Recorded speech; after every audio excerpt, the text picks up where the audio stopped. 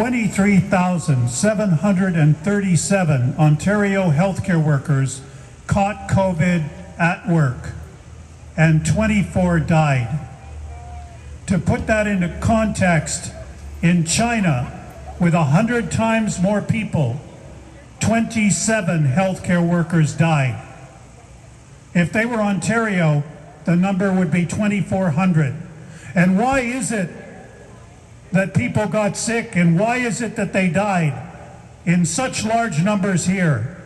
It is because we have a government that wouldn't acknowledge that COVID was airborne and wouldn't provide you with the protective equipment that you needed, particularly N95 masks, etc., etc., etc. We've taken them to court 3 times. We've had countless protests to get protective equipment. And one of the goals we have for this collective agreement is that it will be in our contract that you will have access to this equipment during a pandemic, and we won't need to beg or grovel for it and fall sick and die again, because we did that already during SARS 18 years ago.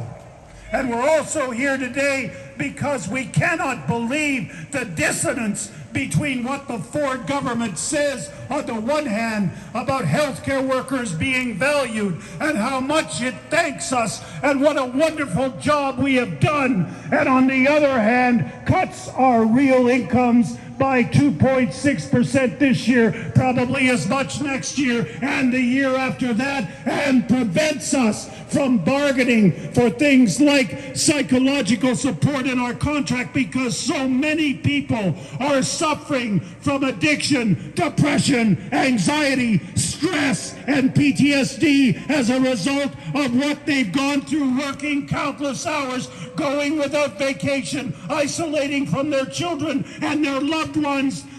That's the reality for the people who are working in institutions like this. And we're here today to say to the Ford government, if the British government last month could decide that its hospital workers and healthcare workers would no longer be held to 1%, but would receive a 3% increase, then why on earth would that not also be acceptable to the province of Ontario that has so many generous things to say about healthcare workers, but when it comes time to recognize the soaring price of gas and children's clothes and rent and mortgages and on and on and on, its answer is that our wages will be cut as thanks. And we're also here today to say to the hospitals, including the Elizabeth Briere, that the concessions that they're seeking are just appalling.